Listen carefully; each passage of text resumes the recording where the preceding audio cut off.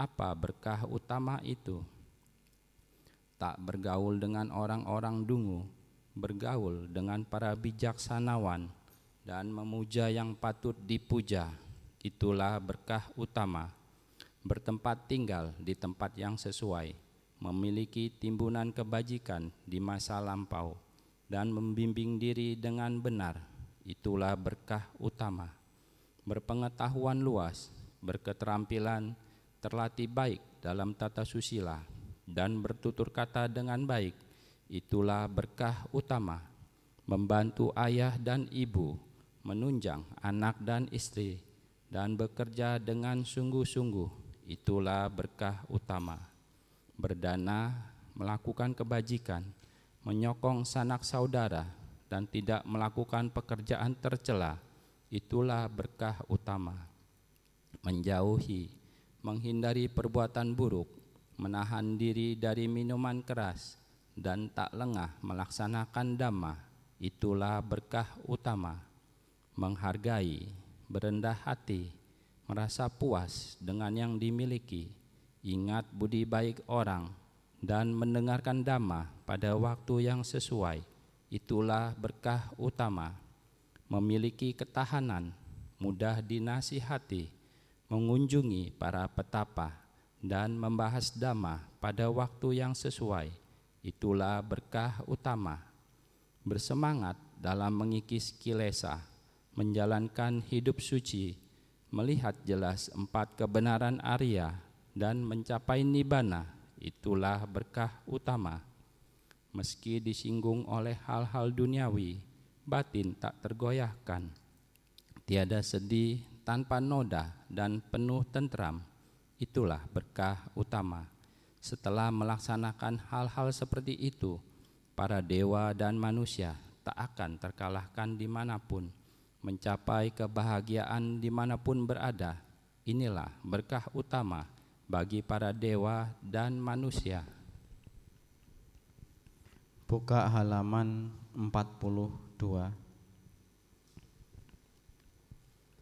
Handamayang brahmawihara paranwang karomase Ahang sukito homi nidduko homi awero homi apyapacco homi aniko homi suki attanang pariharami sabbe satta sukita hontu nidukha hontu awera hontu abhyapacca hontu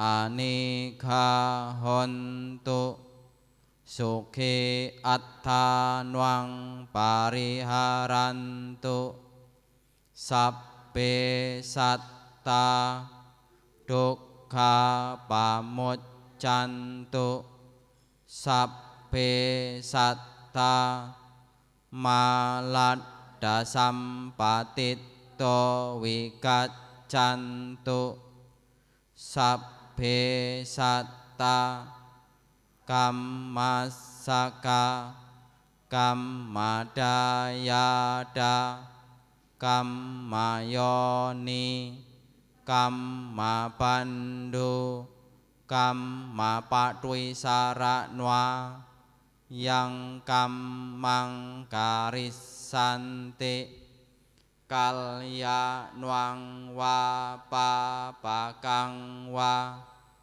tassadayada bawisanti.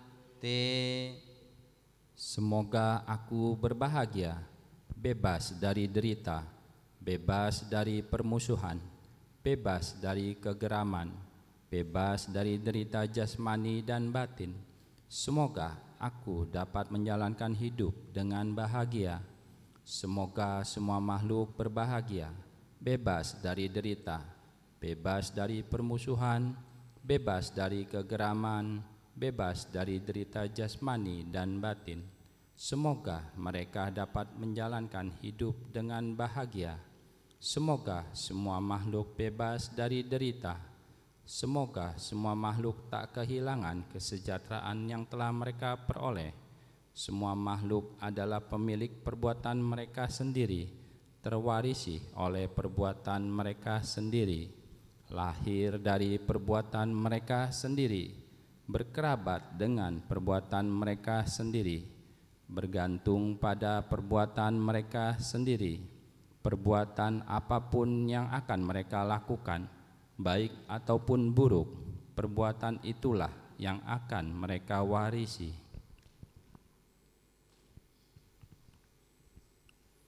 Handamayang abhinhapat cawek kanwa patang banwa mase Jara damom hi jarang anatito piadidam mom hi piading anatito maranwada mom hi maranwang anatito sape hime piye hi manape hi nana bawo wina bawo kammasakom hi kammadayado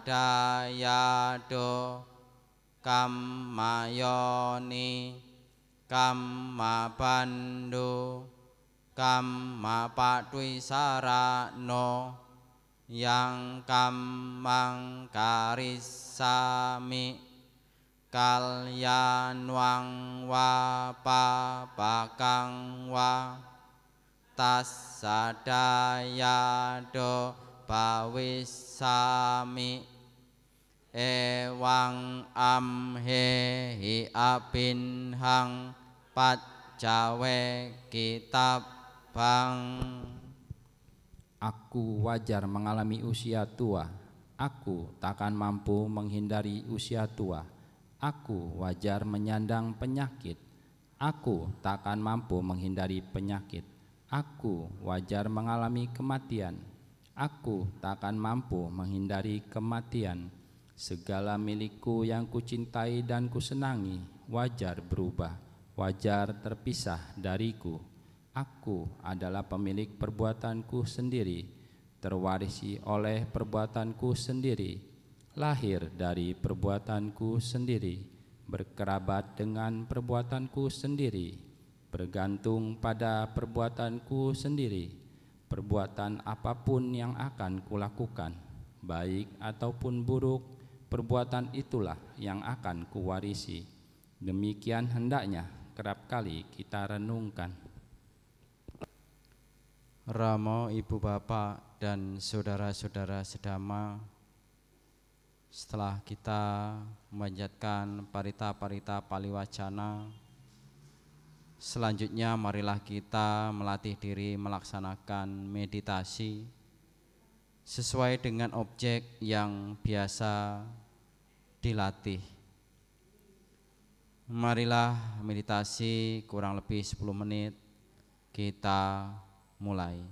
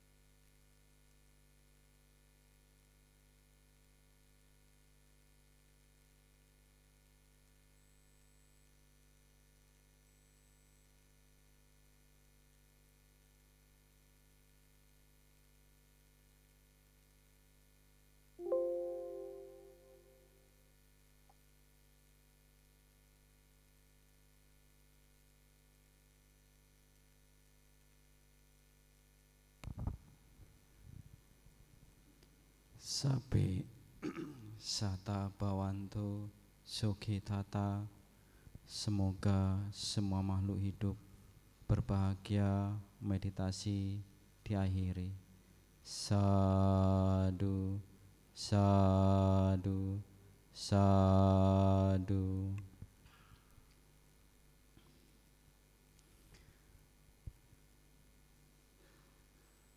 Handamayang Pancasila radanang haromase okasa ahang bante tisarane nasadhing Pancasila dhammang yacami kahang katwa silang dedame bante dutiyampi okasa ahang bante tisaranoe nasading Pancasila dhammang yacami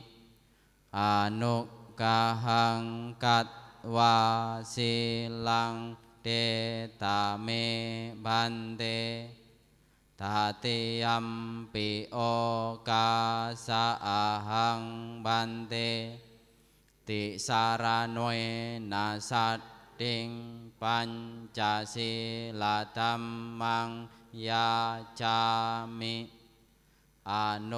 kahang katwa silang dedame bante.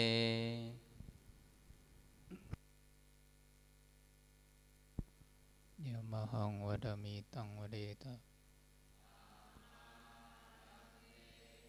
Namo tassa bhagavato arahato samma sambuddhassa. Namo tassa bhagavato arahato samma sambuddhassa. Namo tassa bhagavato arahato samma sambuddhassa.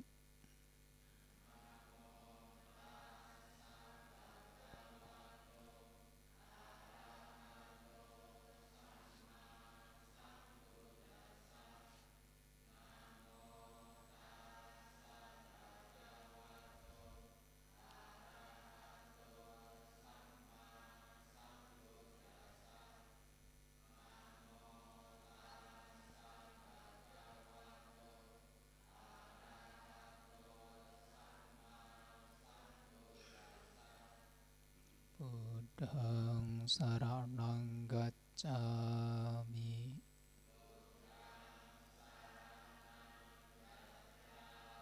Dhammang saranang gacchami.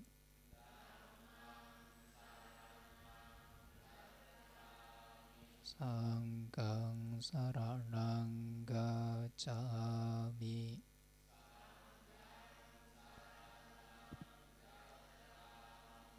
Dutiyampi Buddhang saranang gacchami.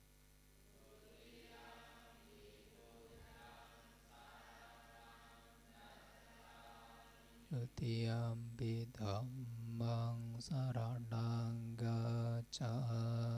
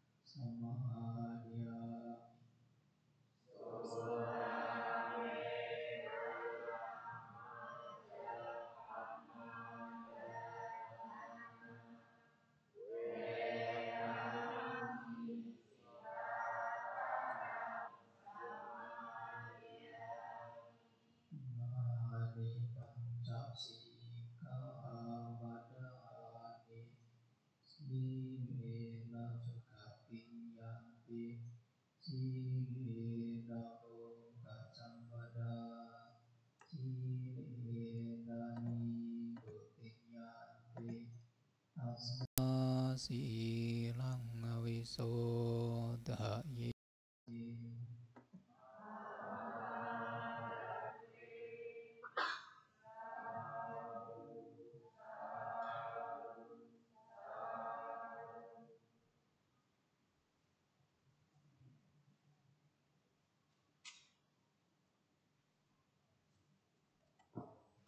Buka halaman 46. Handamayang dhammade sanaradanang aromase brahma jaloka vipati sahampati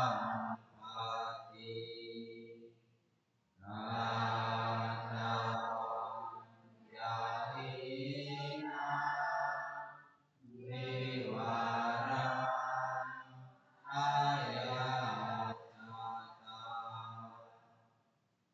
santi dasatma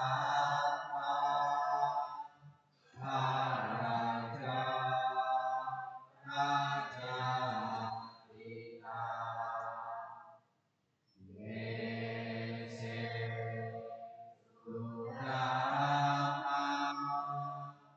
Hanuga Lima Aja Brahma Sahampati, sang penguasa dunia beranjali seraya memohon. Di alam semesta ini ada makhluk-makhluk yang memiliki sedikit debu di mata mereka. Ajarkanlah Dhamma demi kasih sayang kepada mereka. Namo tassa bhagavato arahato samma sambuddhassa. Namo tassa bhagavato arahato samma sambuddhassa. Namo tassa bhagavato arahato samma sambuddhassa. Kalina dhammassa wanang etam manggalamuttammanti.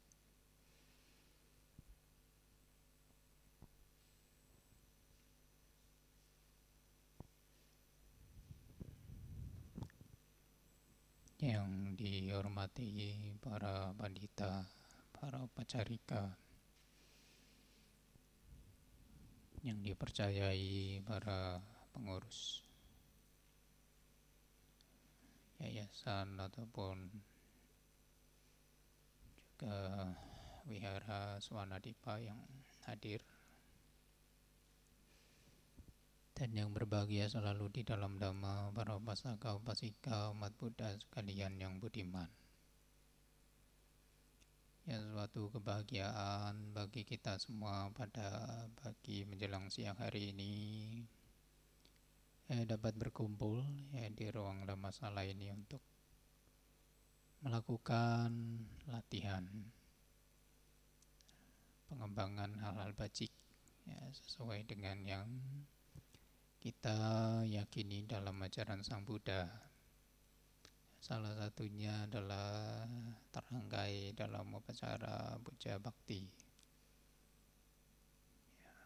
upacara penghormatan dan juga pengembangan bakti kepada Sang Tiratana, Buddha, Dhamma dan Sangha. Dalam wujud apa? Penghormatan dalam bentuk sikap hormat ataupun persembahan-persembahan yang dipersembahkan ke altar, yaitu adalah bentuk penghormatan. Jadi jangan sampai umat Buddha punya pemahaman kalau menaruh di altar itu bukan untuk puja, bukan untuk penghormatan, tetapi semacam kasih suapan, kasih suap untuk nanti dimintai apa-apa, rupangnya itu dimintai apa-apa.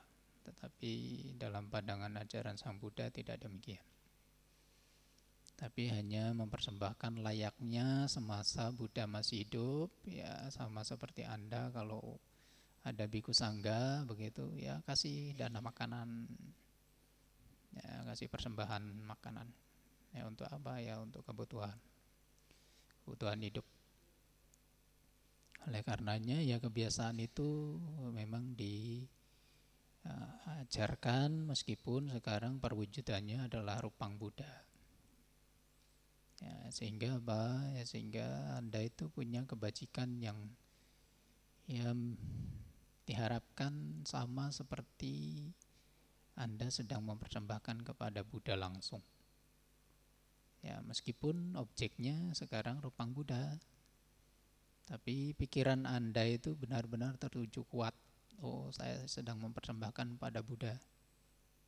Maka bawa persembahannya dengan penuh hormat, bertekad, dengan pikiran yang bersih, pikiran yang bebas dari pengharapan-pengharapan apapun. Sehingga kualitasnya jadi bagus, kualitasnya jadi tinggi. Karena apa? Karena memang benar-benar membebaskan batin dari berbagai macam pengotornya. Salah satunya keserakahan. Jadi bukan justru malah mengembangkan keserakahan baru. Ini berupa apa? Pengharapan-pengharapan itu sebenarnya wujud keserakahan juga yang masih dimunculkan. Apalagi kalau diarahkan pada hal-hal yang masih duniawi. Sebenarnya punya kualitas yang kurang tinggi. Oleh karenanya Anda harus mengerti, persembahan-persembahan apapun yang Anda persembahkan ke altar Buddha adalah sama seperti sedang melayani Buddha dalam hal apa? Dalam hal makanan, dalam hal minuman, dalam hal perlengkapan kebutuhan pokok biku. Bahkan sebenarnya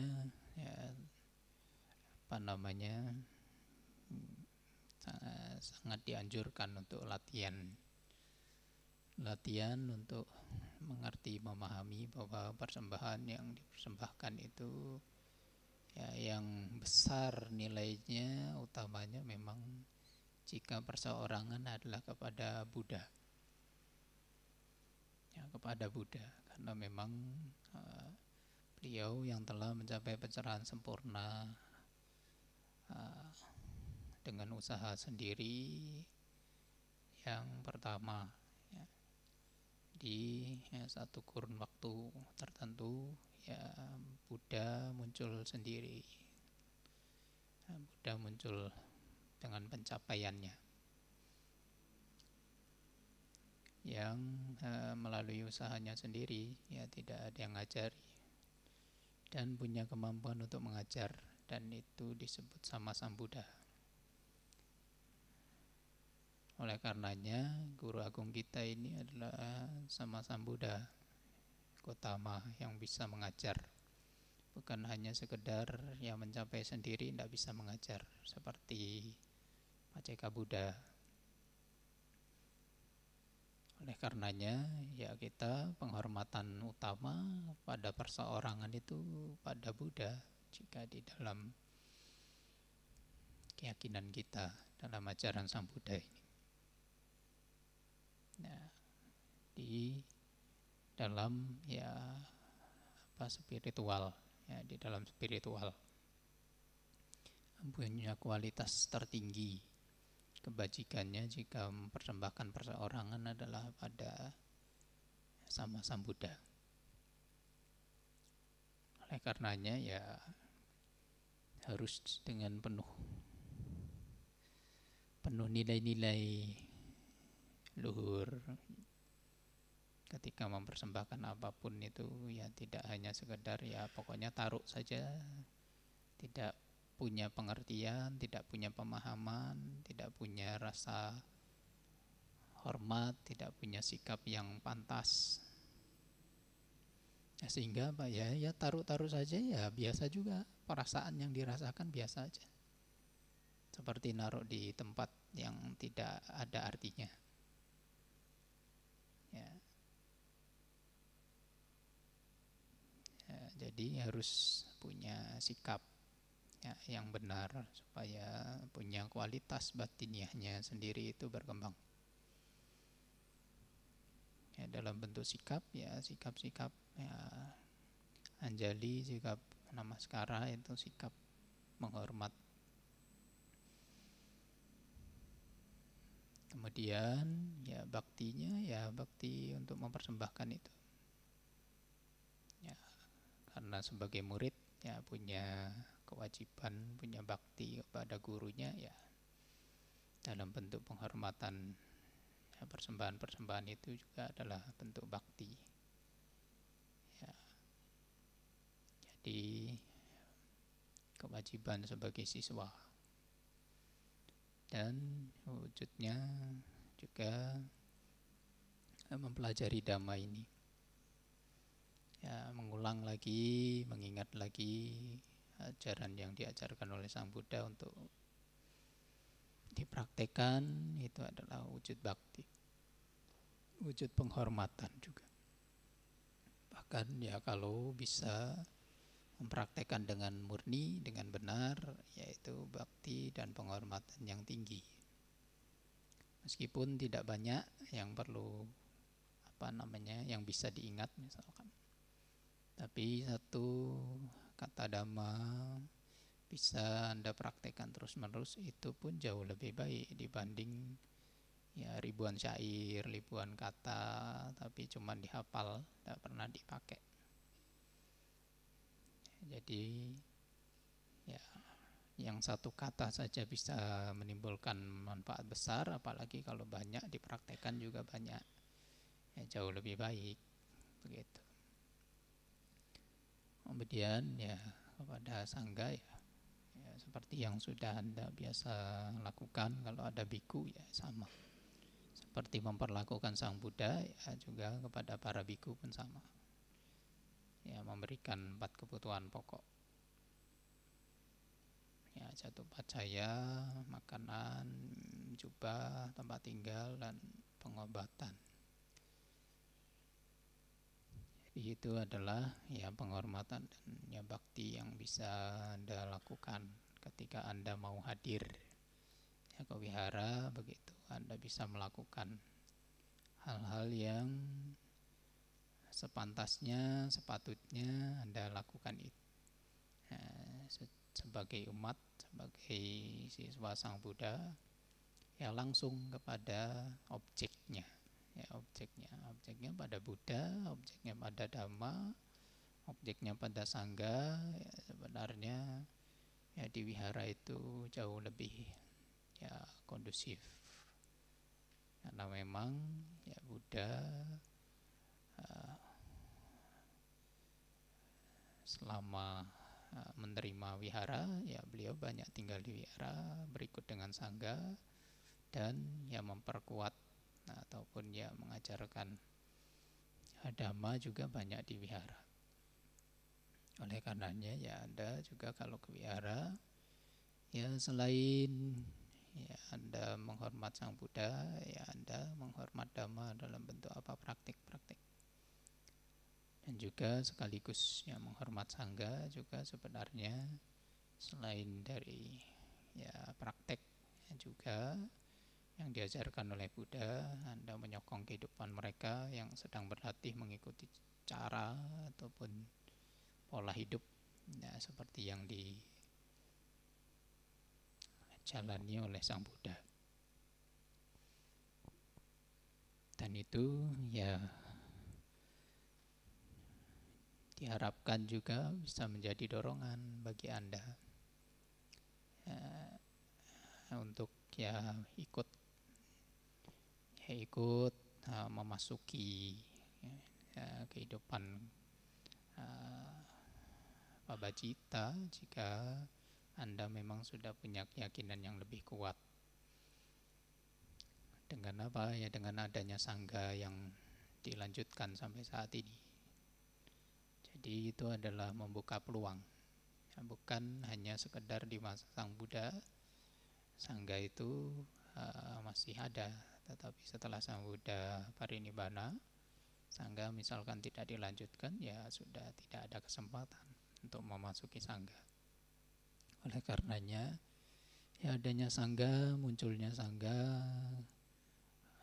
adalah untuk ya memberi kesempatan ya, siapapun yang berumah tangga tadinya kemudian punya keyakinan yang kuat, kemudian mau melatih diri di dalam kehidupan pabacita seperti yang dijalani oleh Buddha, ya bisa memasuki Sangha dengan rangkaian ya upacara penerimaan yang dilakukan oleh Sangha.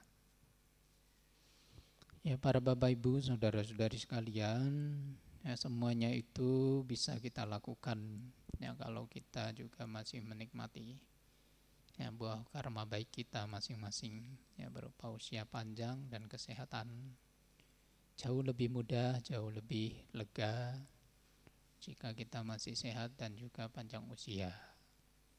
Oleh karenanya ketika masih ya, ada panjang usia, masih ada kesehatan, ya lakukanlah.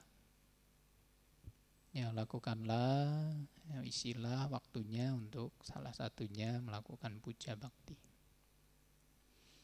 Agar supaya apa? Agar supaya kehidupan Anda itu ada sisi baiknya. Sisi baik yang sesuai dengan yang ya diyakini dalam ajaran Buddha ini, ya Anda harus meluangkan waktu.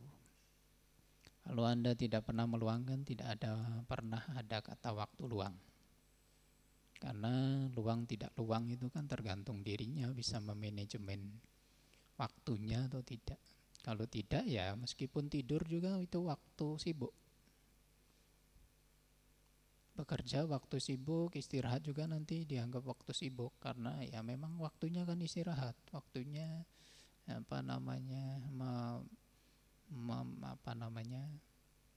memulihkan energi fisik dan lain sebagainya.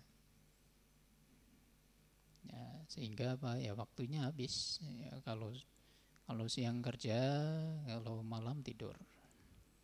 Jadi tidak ada waktu untuk puja bakti kalau tidak Anda luangkan, menyisihkan sebagian waktu yang Anda waktunya istirahat, istirahat yang cukup, kan tidak harus 12 jam juga setelah pulang kerja. Tapi ya Anda bisa luangkan waktu. Ya, sebelum Anda istirahat ya luangkan waktunya untuk puja bakti, pelimpahan jasa, supaya apa? Ya supaya membuat suasana nyaman dimanapun Anda berada, ya terasa nyaman. Yang nyaman apa? Ya batiniahnya yang nyaman, yang sudah terisi dengan hal baik, tidak ada kegelisahan, tidak ada ketakutan, tidak ada yang perlu untuk digelisahkan, tidak ada yang perlu untuk ditakutkan. Karena apa? Dapat pengertian dhamma yang benar. Kalau Anda baca parita ataupun baca sutta, begitu Anda baca terjemahannya, lalu Anda merasa bisa nyaman, bisa tersadarkan begitu oleh pengetahuan yang Anda peroleh itu, ya justru lebih bagus. Jadi bukan hanya sekedar baca, ya pokoknya baca aja. Tidak ada dirasakan apa-apa.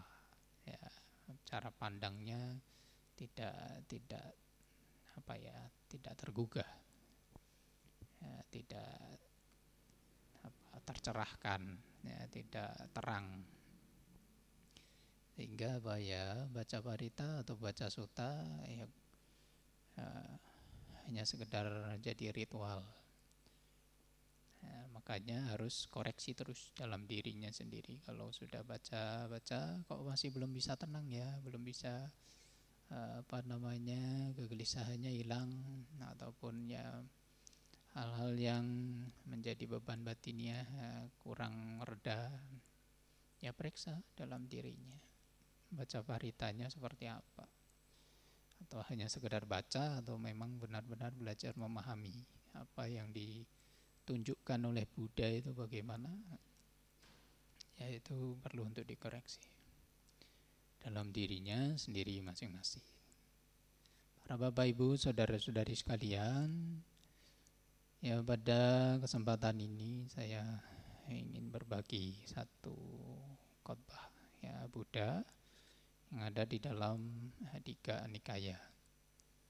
Ini diberi judul Kewada Sutta, ya, khotbah tentang Kewada. Kewada itu adalah nama manusia, ya, nama orang. Nama orang di masa Sang Buddha namanya Kewada, seorang berumah tangga yang pada saat Buddha masih berada di Nalanda, ya, di hutan Pawarika, pemuda Kewada ini mengunjungi Sang Buddha. Ya, mengunjungi Sang Buddha setelah ya tegur sapa, memberi hormat. Pemuda Kewada ini duduk ya, dan yang menyampaikan ya pertanyaan, ataupun ya bukan pertanyaan, ya desakan, ya desakan kepada Buddha. Berkaitan dengan apa? Berkaitan dengan unjuk kesaktian. Ya, jadi ya, secara umum ya orang itu mencari pengikut itu pasti suka menunjukkan hal-hal yang gaib, ya, hal-hal yang sakti, supaya apa? Ya pengikutnya banyak. Jadi kagum kalau gurunya itu sakti, gurunya punya kekuatan begitu. Ya, jadi nanti banyak, dan banyak yang meyakini juga bahwa guru itu mumpuni, guru itu adalah guru yang patut untuk dijadikan sebagai guru, untuk ya didengar kata-katanya, diikuti petunjuk-petunjuknya, ya, nanti juga dipelajari ilmunya untuk dikuasai di dalam diri. Tapi kalau tidak pernah menunjukkan kesaktian, ya ndak punya pengaruh.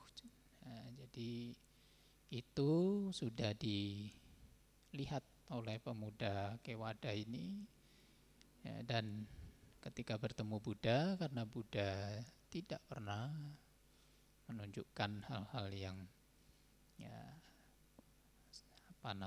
yang sedemikian rupa di muka umum, ya, seperti guru-guru lainnya yang ada di masa itu. Ada banyak guru terkenal yang sudah sepuh-sepuh begitu, ya, banyak yang menunjukkan kesaktian. Dan pada saat itu sebenarnya Buddha ini adalah guru yang terkenal tapi termuda. Jadi Buddha ini memang masih muda ketika mencapai kebuddhaan, kan masih umur 30-an, 35. Jadi masih muda, yang lainnya sudah tua-tua, sudah sepuh-sepuh. Jadi kalau masih guru muda, guru baru juga yang tapi cukup terkenal, tapi tidak punya keistimewaan, nanti dianggapnya pengikutnya sedikit. Makanya pemuda Kewada ini, karena di Nalanda itu banyak yang sudah punya keyakinan pada Buddha, ya, lalu supaya nambah keyakinannya, coba biku-bikunya itu, murid-murid Buddha itu yang punya kemampuan untuk menunjukkan kesaktian, menunjukkan keajaiban supaya keyakinan yang sudah berkeyakinan semakin kuat, yang belum punya keyakinan bisa tertarik. Jadi didesak demikian, Buddha menjawab sampai pertanyaan kedua yang sama diajukan oleh Kewada itu dengan mengatakan tidak menjadi kebiasaan. Tidak menjadi kebiasaan Buddha untuk melakukan hal itu. Tidak bersedia lah, ya. Karena memang bukan cara Buddha untuk mengajar ataupun mencari pengikut. Tapi ketika pertanyaan itu diajukan ketiga kali, Sang Buddha menjawab dengan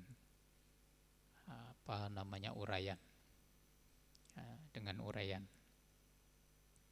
yakni menyebutkan tentang tiga jenis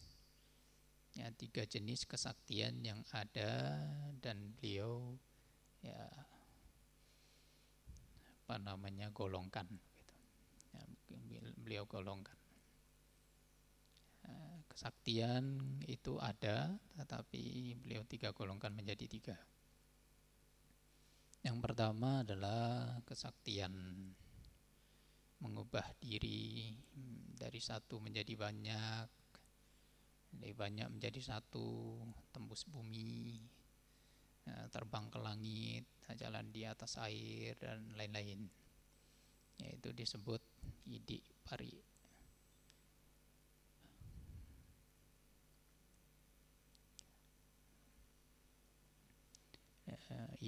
Kekuatan Idik. Jadi kekuatan dari tubuh psikis, fisik, tubuh fisiknya bisa diubah-ubah.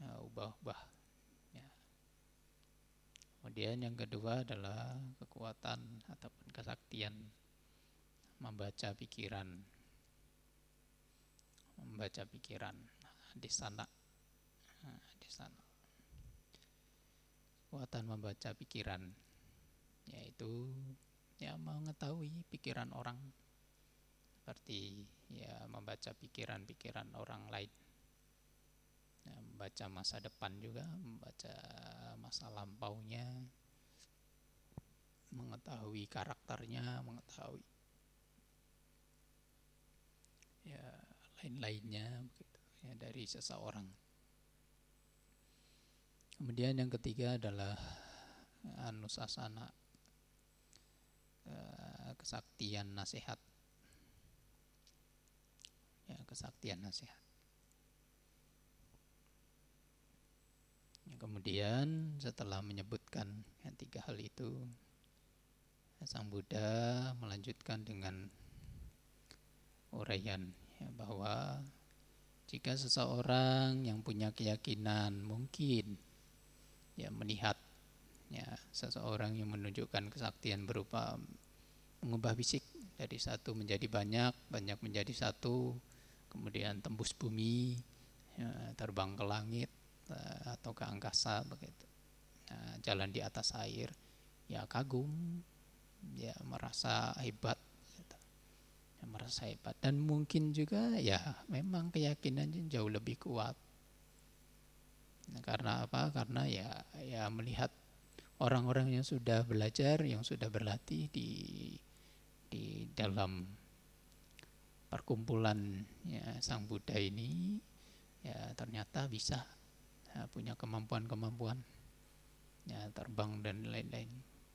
Kalau di masa lampau kan memang tidak ada pesawat, belum ada pesawat, jadi ya bisa kagum. Ya, kalaupun di masa sekarang juga mungkin kalaupun ada tetap bisa kagum karena apa ya nggak perlu pesan tiket pesawat, ya pergi kemana terbang kemana gitu. Ya, jadi suatu kekaguman, ya suatu kebanggaan. Ya, kemudian itu untuk yang berkeyakinan, tapi kalau yang orang tidak punya keyakinan, bagaimana ketika melihat orang demikian, ya kemudian orang tersebut yang tidak punya keyakinan itu punya keraguan-raguannya lebih tinggi, ya, skeptis, ya, orang yang punya keraguan-raguan tinggi, ya, apakah lantas serta-merta punya keyakinan? Belum tentu. Kalau dia orangnya adalah orang yang penuh keraguan-raguan kritis dan juga sedemikian rupa, ya, ketika melihat itu, ya mungkin saja ada kekaguman, tetapi dia akan menyelidik. Menyelidiknya bagaimana? Oh, ternyata misalkan di satu keyakinan di masyarakat yang sudah ada, oh dia bisa pakai jimat. Ya, dia bisa pakai jimat itu terbang begitu, bisa pakai jimat, bisa pakai kekuatan makhluk lain. Jadi dia digendong makhluk lain atau dibantu makhluk lain, bukan kemampuannya sendiri. Sehingga apa? Ya sehingga nanti ya orang yang tidak punya keyakinan pada ya Buddha ya semakin ya menjelek-jelekkan. Karena apa? Ya ternyata Buddha tidak sedemikian rupa punya kemampuan sendiri, tapi pakai jimat. Ya pakai benda-benda tertentu atau pakai makhluk tertentu yang untuk membantunya, sehingga apa ya tidak punya kekuatan, ternyata tipuan itu. Nah, sehingga apa ya menjadi mustahil, seperti yang dianggap oleh pemuda Kewada itu, orang yang tidak punya keyakinan bisa punya keyakinan, belum tentu. Kalau orang yang benar-benar kritis ya tidak mudah langsung percaya begitu saja. Lalu saya meyakini ajaran Buddha, begitu nanti dia belajar ternyata kalau tidak dapat sesuai ya nanti keluntur keyakinannya. Apalagi ya ternyata nanti ujung-ujungnya dikasih jimat. Ya, dikasih jimat. Maka jangan mengandalkan diri di dalam kebendaan. Keyakinan kita jangan melekat pada kebendaan. Keyakinan kita bukan pada kebendaan. Makanya ini disampaikan adalah untuk supaya Pak ya yang punya keyakinan pada benda-benda tertentu, yang punya kesaktian, punya kemanjuran. Ya, kalau Anda memang benar-benar punya keyakinan pada ajaran Sang Buddha, ya tinggalkan itu. Karena ya tidak ada yang benar-benar sakti, benda itu tidak ada yang sakti. Ya. Keyakinan Anda nanti terlalu rentan. Kalau bendanya hilang, keyakinan Anda hilang. Ya, bendanya hancur begitu, ternyata tidak sakti, tidak bisa melindungi dirinya juga dari kehancuran. Anda batiniahnya juga jadi hancur, keyakinannya hancur pada benda itu. Makanya apa ya, yang lalu pernah saya sampaikan, meskipun kepada rupang Buddha jangan punya keyakinan kuatnya pada kebendaannya. Ya. Oh, bendanya atau rupang Buddha itu sakti. Ya, atau punya kekuatan tertentu, ya. Tetapi justru Anda tidak di bendanya, tapi pada nilai-nilai luhurnya, nilai-nilai kemuliaannya yang perlu untuk dicontoh, ditiru, diyakini. Kemudian ya, yang kedua adalah membaca pikiran. Ya, membaca pikiran juga ceritanya sama. Semisalkan kalau yang punya keyakinan, ya dia mungkin saja akan meyakini, oh bagus, bisa membaca, saya bisa terbantu, saya bisa bisa tertolong, ya, supaya menghindari kesialan, mungkin menghindari berbagai macam ini, karena sudah terbaca oleh pembaca pikiran, peramal, langsung percaya. Ya, percaya, lalu benar-benar terhindar dan lain sebagainya karena sudah dikasih petunjuk begini begitu. Ya, mungkin yang punya keyakinan ya bisa semakin punya keyakinan, tetapi bagi yang tidak punya keyakinan itu juga setelah diselidiki ternyata pakai jimat juga. Jadi membaca pikiran bisa pakai jimat atau bantuan makhluk lain, sehingga bukan kemampuannya, bukan kemampuan gurunya, bukan kemampuan orangnya itu. Jadi cuman ya pakai tipuan-tipuan, ya, sehingga ya orang tersebut kecewa juga, bukannya semakin punya keyakinan pada Buddha, malah pada meninggalkan ajaran Buddha kalau memang dia punya jiwa kritis yang tinggi. Sehingga masa cuman mengandalkan jimat, ternyata mempelajari ajarannya cuman mau dapat jimat doang. Ya, jadi membaca pikiran itu pun juga ada jimatnya di dalam sutta ini, yang disebutkan dalam sutta ini ada jimatnya. Jadi kalau cuman pakai jimat mah ajaran lain ada itu, tidak harus belajar ajaran Buddha. Ya, jadi orang yang tidak punya keyakinan semakin nantinya ya menjelek-jelekan dan juga ya mengolok-olok ajaran Sang Buddha karena tidak punya kualitas yang beda, tidak punya kualitas yang istimewa. Oleh karenanya ya Buddha melanjutkan dengan kesaktian nasihat. Ya, kesaktian nasihat inilah yang justru yang murni yang diajarkan oleh Buddha. Ya, murni diajarkan oleh Buddha. Yang ya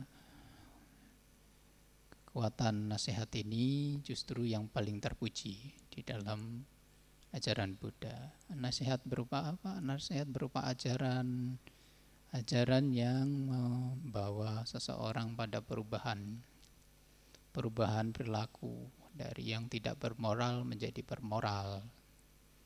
Yang tadinya tidak punya ketenangan batiniah yang tinggi, ya punya ketenangan batiniah yang tinggi, atau ya bahasa palinya ya pencapaian jana-jana.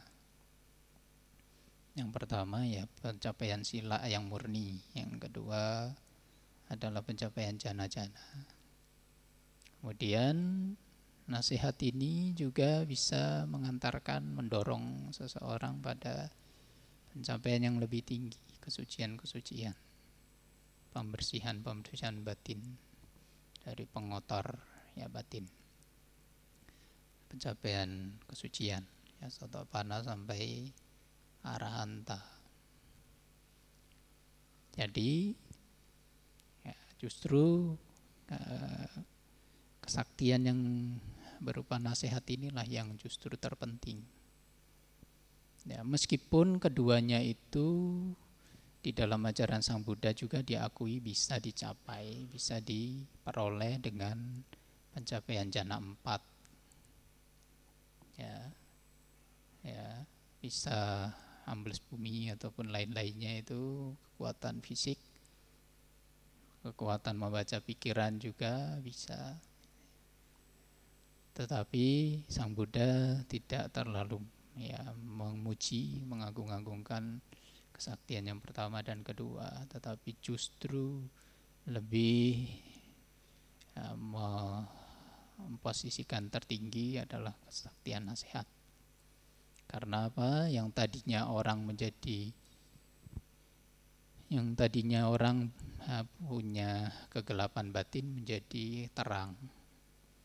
Ya, salah satunya apa? Karena percaya cuman karena dengan jimat ataupun dengan kesaktian itu, bangga dengan kesaktian itu, dan itu adalah dalam ajaran Sang Buddha masih level rendah, level jana 4, belum kesucian. Ya, itu adalah hal yang terlalu terlalu tidak dianggap terpenting. Ya, justru seseorang yang bisa mencapai yang lebih tinggi, justru itu jauh lebih terpuji, lebih membanggakan, lebih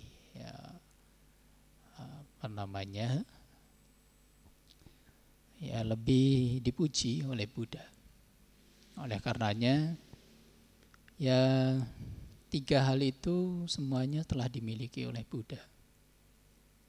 Ya, Buddha itu sebenarnya juga bisa punya kemampuan untuk terbang kemana.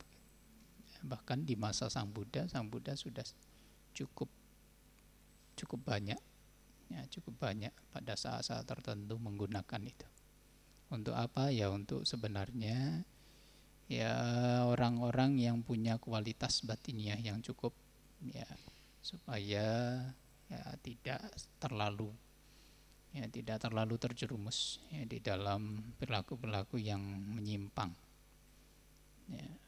Kekuatan fisik itu Sang Buddha sering gunakan. Bahkan kalau kekuatan membaca pikiran, setiap pagi Sang Buddha itu melihat dunia. Sebelum terang tanah begitu melihat dunia, menggunakan itu pikirannya yang bisa membaca pikiran orang lain. Apakah batinnya sudah cukup untuk bisa mencapai tataran tertentu dalam ajaran Buddha, mencapai minimal Sotapanna, batinnya telah matang, telah siap, beliau akan utamakan pergi ke arah sana ketika pindah patah. Jadi Buddha sudah sering menggunakan itu, tapi tidak di hadapan orang banyak, kan itu tidak bisa hanya sekedar untuk ajang pertunjukan, tapi lebih utamanya untuk membantu apa? Ya membantu, melihat potensial orang ini bagaimana sih, apakah sudah cukup bisa dibimbing, bisa diarahkan dengan sedemikian rupa sehingga bisa mencapai, beliau akan prioritaskan ke sana.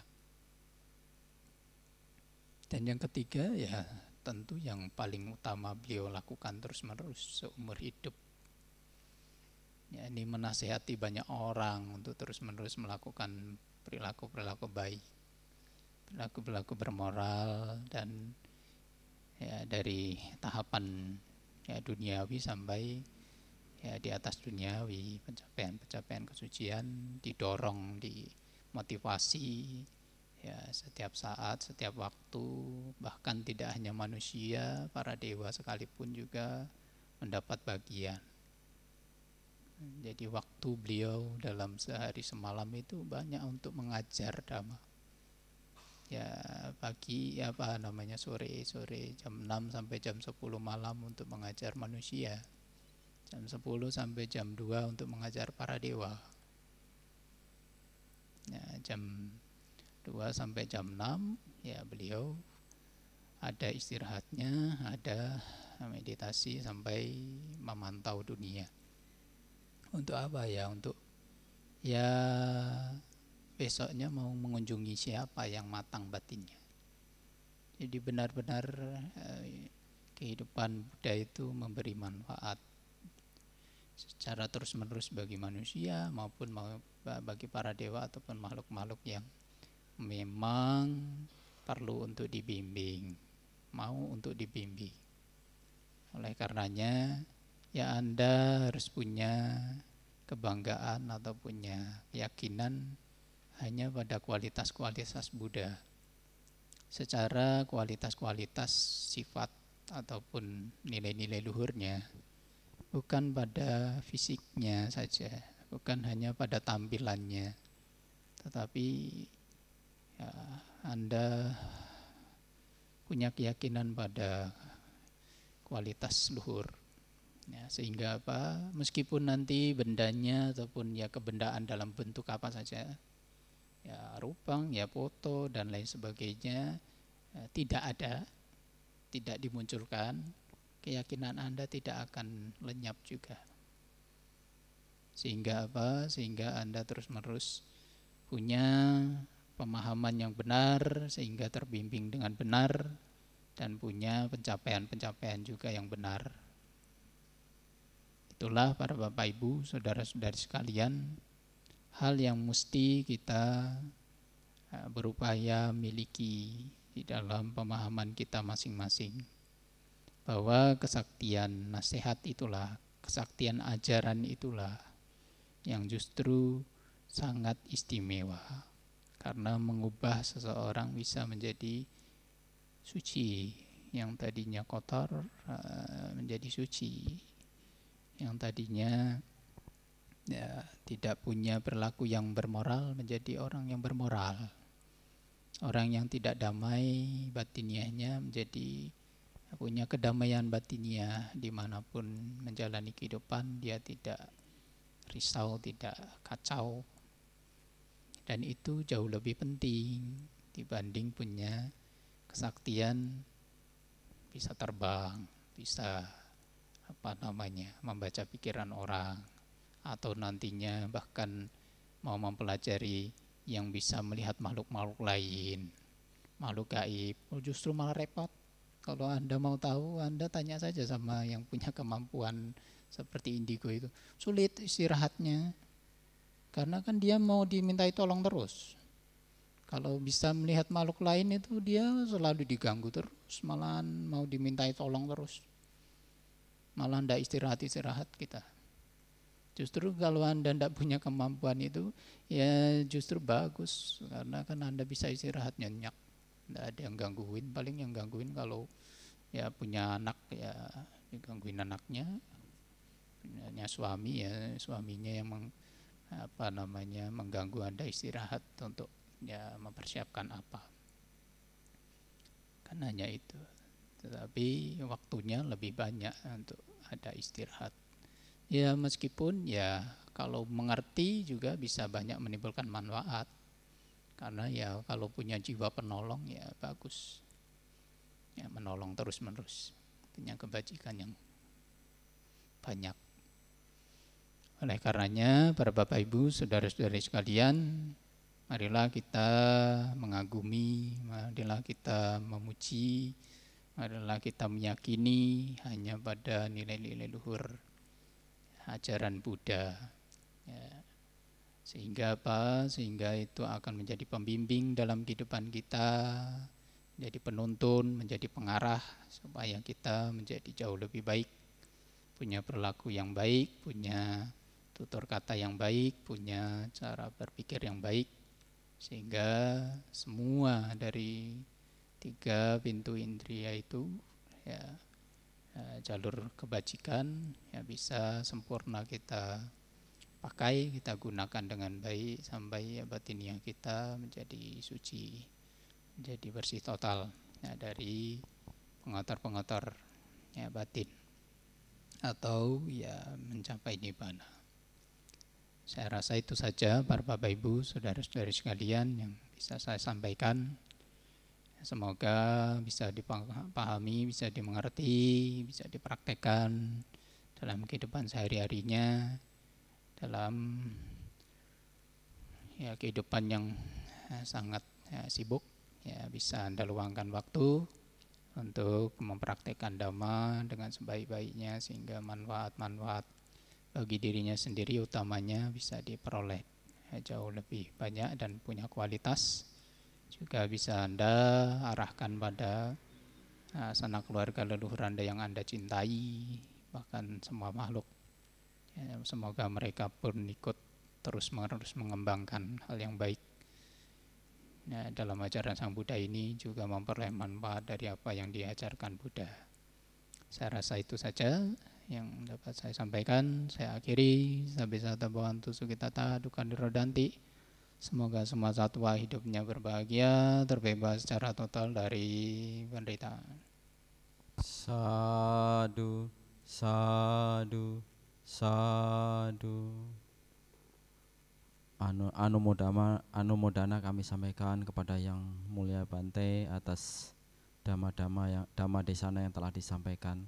Selanjutnya Amisa Puja yang akan diwakili oleh Romo Chandra Gunawan. Pada Romo Chandra dipersilahkan.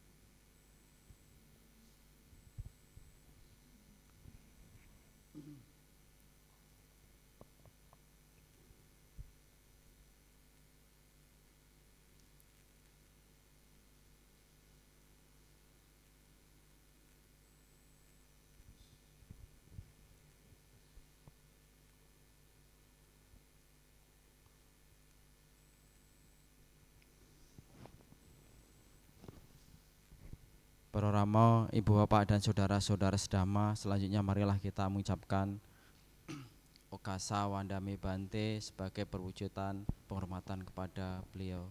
Mari kita bersama-sama. Okasa Wandami Bante. Semoga semuanya berbahagia, sehat, panjang usia, tercapai yang dicita-citakan, dapat terbebas secara total dari penderitaan.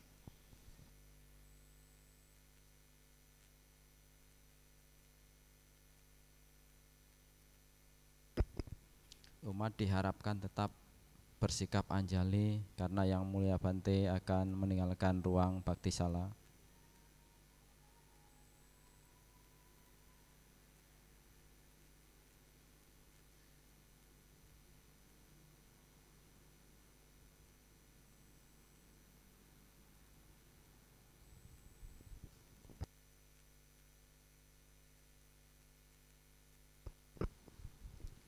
Selanjutnya dilanjutkan dengan Dana Paramita.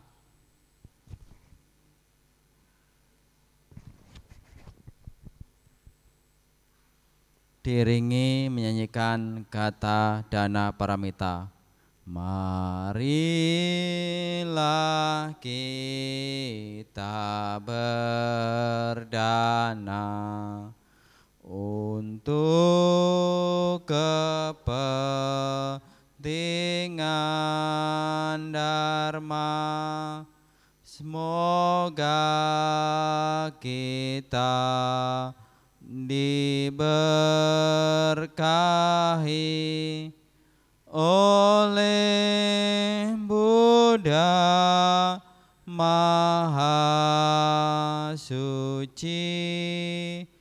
Berdanalah kita semua dengan hati ikhlas rela. Semoga karma baik kita dirahmati Sang Triratna. Anumodana atas dana yang telah disampaikan, semoga membawa berkah kebahagiaan bagi kita semua. Selanjutnya marilah kita limpahkan jasa kebajikan dengan manjatkan pati dana. Handamayang pati danang karo maksi punya sidani kata sa ya nanyani kata nime te sanca gino hontu satananta pamanaka ye piya gunawanta ca maihang mata pita dayo ditame capyadit tawa anye macat tawerino satta ditanti lokasming te bumma jatuyonika pance kacatuwo kara sangsaranta bawa bawe nyatang ye pati daname anumodantu te sayang ye cimang nap pajananti dewate sang niwedayung maya dinana punyanang anumodana hetuna sabbe satta sadahontu awera sukajiwino kemap padan cakpap pontu tesa sasijatang subha.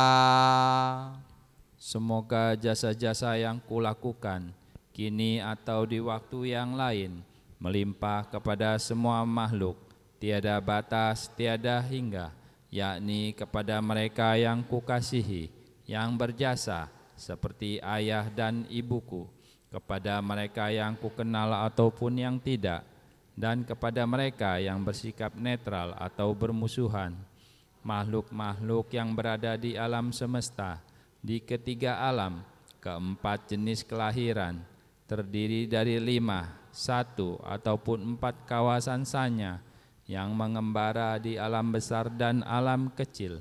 Atas pelimpahan jasaku ini, semoga mereka yang mengetahui turut bersukacita.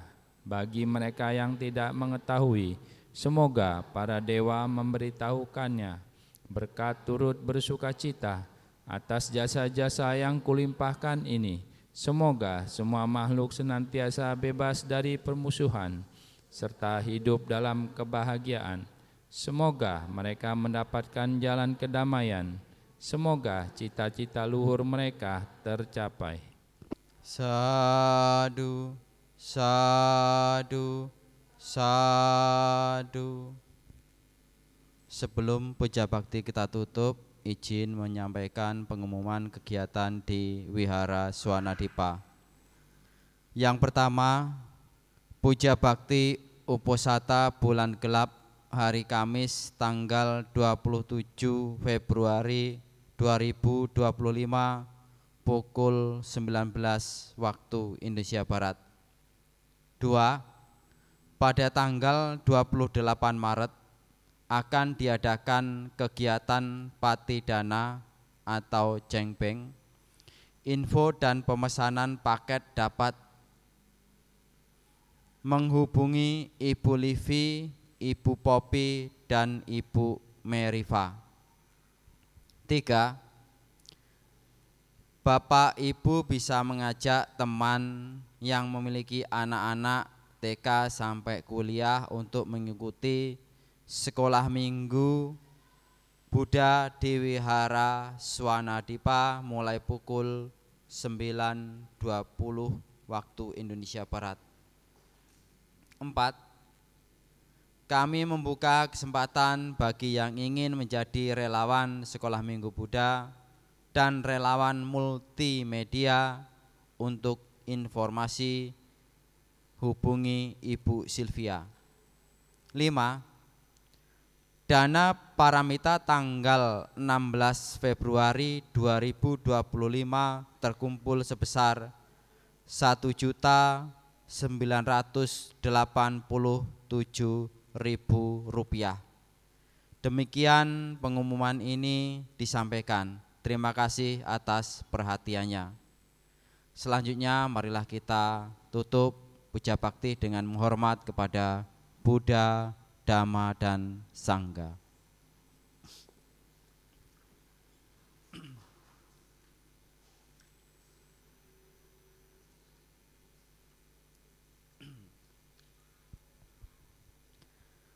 Arahang Samma Sambuddho Bhagava.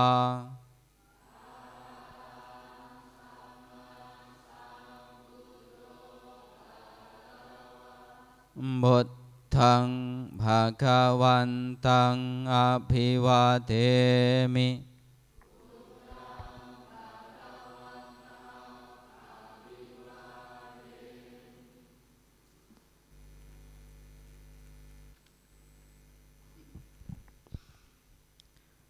Swakhato Bhagavata Dhammo.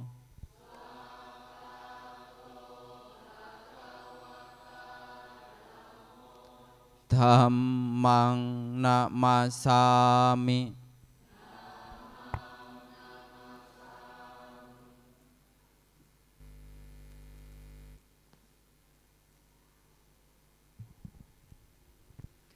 Supatwipanno bhagavato sawaka sangho.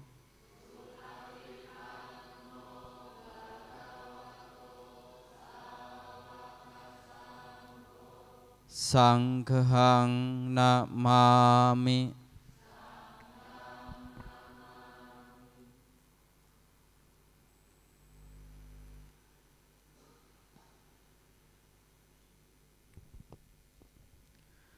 Marilah bersama-sama kita mengucapkan Sabe sata bawantu sukitata. Semoga semua makhluk hidup berbahagia. Sadu, sadu, sadu. Sotihotu Namo Buddhaya.